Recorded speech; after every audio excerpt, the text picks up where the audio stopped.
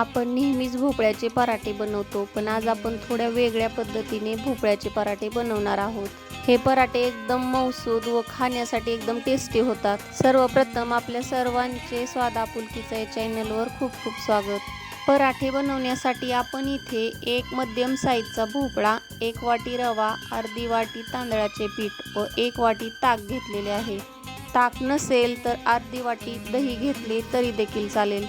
सर्वप्रथम एका बाउलमध्ये रवा व तांदळाचे पीठ एकत्र करून घेऊन त्यामध्ये 1 वाटी घेतलेले ताक आपण टाकून घेणार आहोत। पिठामध्ये ताक टाकून पूर्ण आपण हे मिश्रण पाणी टाकण्या अगोदर व्यवस्थित असे मिक्स करून घ्यायचे आहे।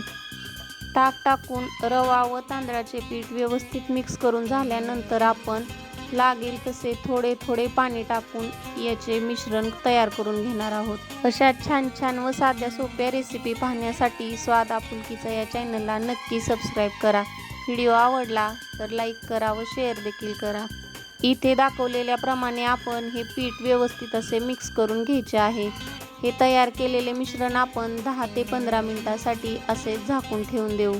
तोपर्यंत आपण पराठ्याला लागण्यासाठी वाटण तयार करून घेऊयात। त्यासाठी 1 चमचा ओवा, 1 चमचा जिरे, अर्धा इंच अद्रकचे तुकडे व 10-15 लसूण पाकळ्या व चवीनुसार हिरवी मिरची घ्यायची आहे।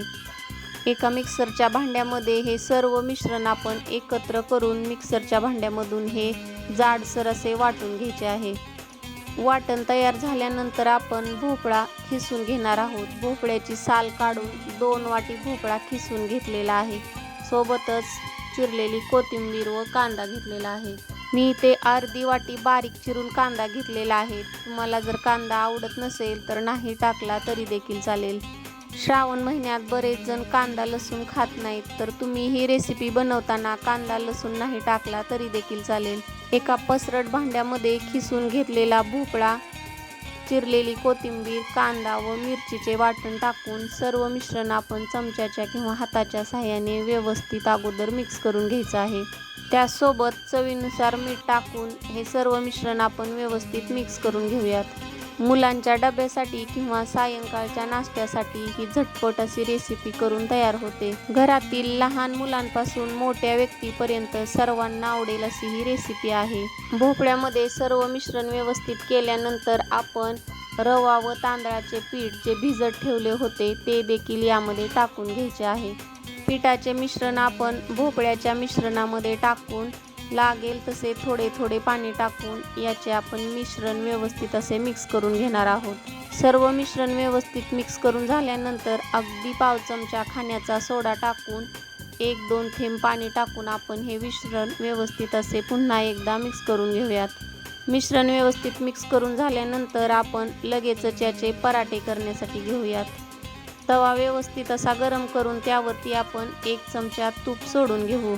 तुपाऐवजी तुम्ही ते तेल देखील वापरू शकता, पण तुपामुळे पराठ्याची टेस्ट खूप छान लागते। तव्याला तूप व्यवस्थित लावल्यानंतर आपण छोट्या छोट्या आकाराचे पराठे तयार करून घेऊयात। पराठा तुम्ही तुमच्या आवडीनुसार लहान मोठ्या आकारात करू शकता। पराठा सोडल्यानंतर वरून 1 चमचा तूप टाकून आपण अगदी 2 मिनिटांसाठी हा पराठा झाकून ठेवणार आहोत। तर 2 मिनिटांसाठी हा पराठा आपण पाहूयात। एका बाजूने व्यवस्थित असा भाजला की दुसऱ्या बाजूने देखील हा आपण उलटून घ्यायचा आहे। पराठा पलटी केल्यानंतर पुन्हा एकदा थोडे तूप बाजूने टाकून घ्यावे। तर या पद्धतीने आपण हा पराठा दोन्ही बाजूने खरपूस असा भाजून घेतलेला आहे। हा पराठा तुम्ही चटणी किंवा सॉस सोबत खाऊ शकता किंवा असाच खाल्ला तरी देखील खूप खमंग व टेस्टी लागतो। तर हा वेगळ्या पद्धतीचा भोपळ्याचा पराठा आवडला तर नक्की करून पहा। पुन्हा भेटू, तोपर्यंत धन्यवाद।